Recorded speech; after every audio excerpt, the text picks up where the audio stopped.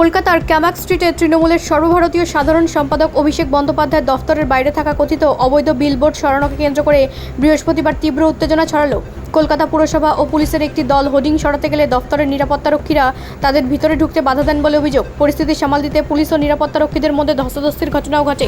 পুরসভার বক্তব্য, অনুমতি ছাড়াই ওই বিলবোর্ড সরানো হয়েছিল এবং সেটি সরানোর জন্যই বিজ্ঞাপন বিভাগের আধিকারিকরা সেখানে গিয়েছিলেন। পুলিশের তরফে ওই বিলবোর্ড নিয়ে পুরসভায় অভিযোগ জানানো হয়েছিল বলে বিভিন্ন প্রতিবেদনে উঠে এসেছে।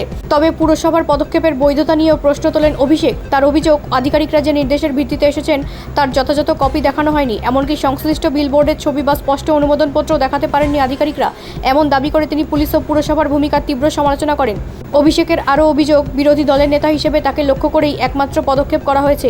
তার প্রশ্ন, কামাক স্ট্রিট ও আশেপাশের একাধিক ভবনে থাকা অন্যান্য বেসরকারি হোর্ডিংয়ের বিরুদ্ধে কেন একই ধরনের ব্যবস্থা নেওয়া হচ্ছে না।